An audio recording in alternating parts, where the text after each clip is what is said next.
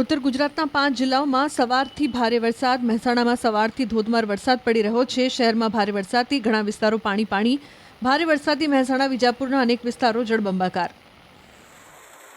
મહેસાણા શહેરના ગોપીનાળા અને ભમરિયા નાળામાં વરસાદી પાણી ભરાયા. શહેરના બંને નાળામાં પાણી ભરાતા ઠેર ઠેર ટ્રાફિક જામ સર્જાયો. વાહન ચાલકો મુશ્કેલીમાં મુકાયા. આંબેડકર બ્રિજ, મહેસાણા, રાધનપુર ચોકડી, મોઢેરા ચોકડી સહિતના વિસ્તારમાં ભારે ટ્રાફિક જામ સર્જાયો. વરસાદી પાણી ભરાતા ગોપીનાળાનો એક ભાગ પણ બંધ કરાયો. શહેરના મોઢેરા રોડ પર વરસાદી કહેરના દ્રશ્યો આવ્યા સામે. મોઢેરા રોડ પર જ્યાં જુઓ ત્યાં પાણી જ પાણી જોવા મળી રહ્યું છે. રોડ પર પાણી ભરાતા વાહન ચાલકો તો ઠીક, સ્થાનિકો અને વિદ્યાર્થીઓ પણ અટવાયા. પાણીની વચ્ચેથી કેવી રીતે પસાર થવું તેને લઈને લોકો અવઢવમાં. મહેસાણાના વિસનગર લિંક રોડ સ્થિત ચામુંડાનગર વિસ્તારમાં ઢીચણસમાં પાણી ભરાયા, જેને લઈને સ્થાનિકો મુશ્કેલીમાં મુકાઈ ગયા. ઠેર ઠેર પાણીને લઈને પાલિકાની કામગીરી પર ઉઠ્યા સવાલો.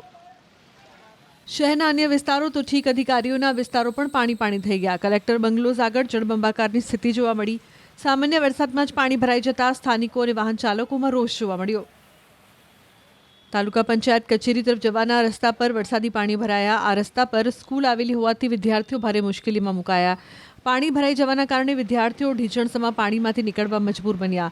સરકારી કચેરીઓ આગળ જ પાણી ભરાતા તંત્રની કામગીરી પર ઉઠ્યા સવાલો.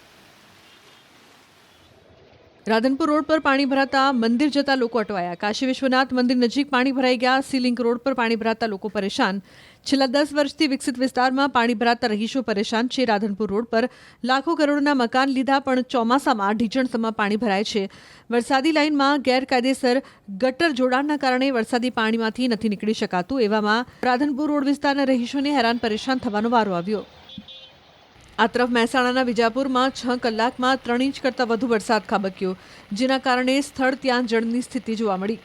વહેલી સવારથી જ વરસાદ વરસી રહ્યો છે. નીચાણવાળા વિસ્તારોમાં વરસાદ પડવાની સાથે જ પાણી ભરાવાની સમસ્યા યથાવત જોવા મળી.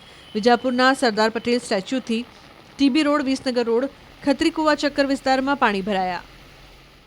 મહેસાણા શહેરમાં સવારથી જ વરસાદ વરસી રહ્યો છે. તેના કારણે મહેસાણા શહેરના મોઢેરા રોડ પર જે પાણી ફરી વળ્યા છે, તમે જોઈ શકો છો. અહીંયા એટલું પાણી છે કે અહીંયા અનેક જે વાહનો છે બંધ પડ્યા છે. તમે જોઈ શકો છો અહીંયા એક રિક્ષા પણ બંધ પડી છે. તે રિક્ષાની હાલમાં જે મુસાફરો હોય છે તેમજ જે મહિલાઓ હોય છે તેમના દ્વારા ધક્કા મારી અને આગળ લઈ જવામાં આવે છે. તો આગળ તમે જોઈ શકો છો એક બાઇક સવાર પણ જઈ રહ્યા છે. તે પણ બાઇક બંધ પડતા હાલમાં હેરાન પરેશાન થઈ રહ્યા છે. ત્યારે આપણા સાથે મોઢેરા રોડ પર જે રહીશો રહેતા હોય છે તે જોડાય છે. તેમના સાથે વાત કરીશું.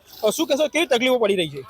અમે મોઢેરા રોડના રહીશો A+ કેટેગરીનો વેરો ભરીએ છીએ, છતાં દરેક ચોમાસામાં વધુ વરસાદ પડવાથી આ પરિસ્થિતિનું નિર્માણ થાય છે. વારંવારની રજૂઆતો છતાં કોઈ પણ પગલાં લેવામાં આવતા નથી. અને આ ચોમાસે તો સ્થાનિક કોર્પોરેટરો પણ અહીંયા છેલ્લા આ ચોમાસામાં જોવા મળ્યા નથી. કેવી તકલીફ પડી રહી છે? પાણી ભરાય છે. પાણી ભરાય એટલે આજુબાજુમાં સ્કૂલો અને છોકરાઓને સ્કૂલેથી પરત આવતા જતા ઘણી જ તકલીફો પડે છે. શું કહેશો તમે? શું કહેશો? આ નોકરી ધંધાવાળાને પણ બહુ તકલીફ થાય છે અને સ્કૂલવાળાને બહુ તકલીફ પડે છે. તમને શું તકલીફ પડી રહી છે? ધંધા ઉપર જવું હોય તો જવાતું નથી. ઘરોમાં પાણી આવી જાય છે. પાણી નહીં આવતું પણ સોસાયટીના નાકે પાણી આવી જાય. આવું વર્ષોથી બહુ પાણી આવી જાય. તમે રજૂઆત કરી છે? શું નિકાલ આવે? મારે એવો વિચાર છે ગટર લાઈન, મોટી લાઈન નાખે તો સારું પાણીનો નિકાલ થાય એવી વિનંતી છે. વ્યવસ્થા શું કહેશો કાકા, કેટલી હેરાનગતિ થાય છે પાણી ભરાય છે? આ પાણીની વ્યવસ્થા આજ સુધી કેટલા વખત કમ્પ્લેનો કરેલી છે અને આ ભાજપનો ગઢ ગણાય આ એરિયા, અને પાટીદારનો આ જે આખો એરિયા છે. અને વર્ષોથી આ પાટીદાર અહીંયા ભાજપના લાવીએ છીએ, છતાં એનો કોઈ નિકાલ થતો નહીં. કેટલા વર્ષથી આ પાણી ભરાય છે અહીંયા? પાણી તો ઘણા વર્ષોથી થાય, મને સમજ પડે ત્યાં સુધી. અને ઉદ્યોગોને આવવા જવા, જે નોકરિયાત છે ઉદ્યોગોવાળાને આવવા જવાના બહુ તકલીફ પડે છે. અને સ્કૂલો આજુબાજુ જે છે રિંગ રોડ પરથી જે આવે સ્કૂલો, એ પણ બાળકોને આવવા જવાની તકલીફ. આમે કાવેરી સ્કૂલ છે, તે બધા છોકરો આવવા જવાની તકલીફ પડે છે. સોસાયટીમાંથી બહાર નીકળવા માટે તકલીફ પડે છે. એટલે આ વારંવાર રજૂઆત કરતા કોઈ હજી સુધી કોઈનો ઉકેલ આવ્યો નથી.